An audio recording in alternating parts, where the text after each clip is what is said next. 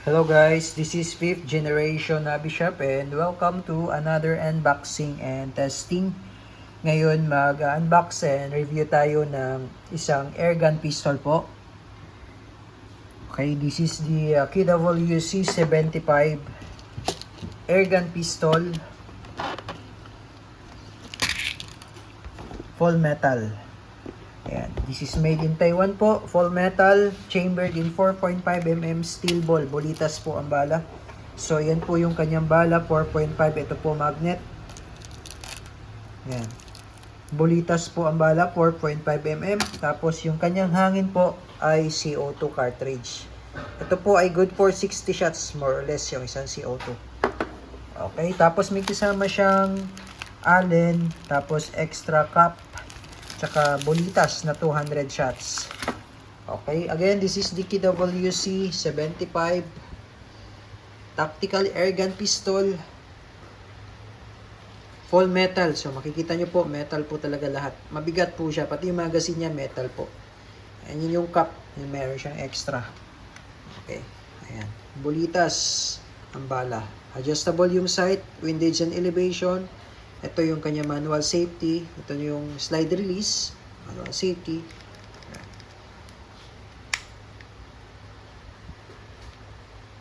Caliber 177 po na bolitas ang kanyang bala. Ayan. KWC 75 airgun pistol.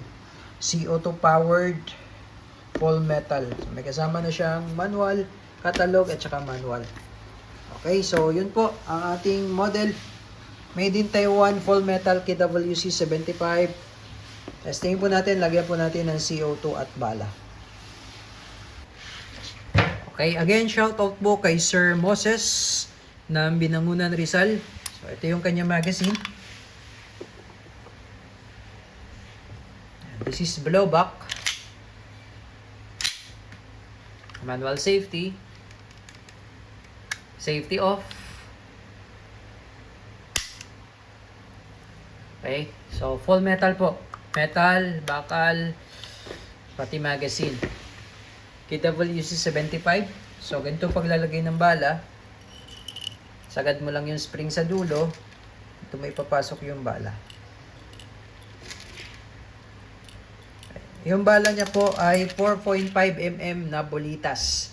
4.5mm in diameter na bolitas. Okay. So bolitas lang po ang po pwedeng bala dito. This is 17 rounder po yung kanyang magazine capacity. Tapos ito yung extra na cap. Yung isa nakakabit po sa magazine.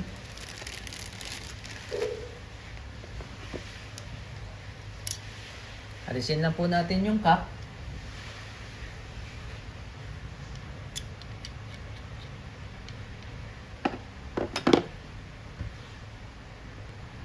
Tapos lagyan po natin ng konting oil itong part na to bago po tayo maglagay ng CO2.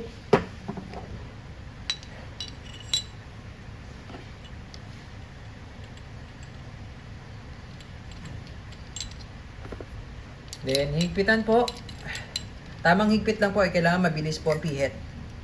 Okay, tapos tamang higpit lang. Alalay lang po. Okay. Loaded na po tayo. And testing po. KWC 75 tactical. So ito po sir, take note po, ito magkakaroon po ito ng scratches kasi nga ite-testing natin. Normally nagkakaroon talaga siya ng scratches pati yun sa magazine po. Dahil po meron silang friction, kumbaga blowback po siya, nakikis-kisan po yan, metal to metal. So that's normal naman po, nagkakaroon ng konting scratches po. Okay? Kasi bakal po siya. Okay, so testing po. Firing KWC 75 airgun pistol, chambered in 4.5mm bolitas. Okay, and firing. So yun yung ating target. Firing.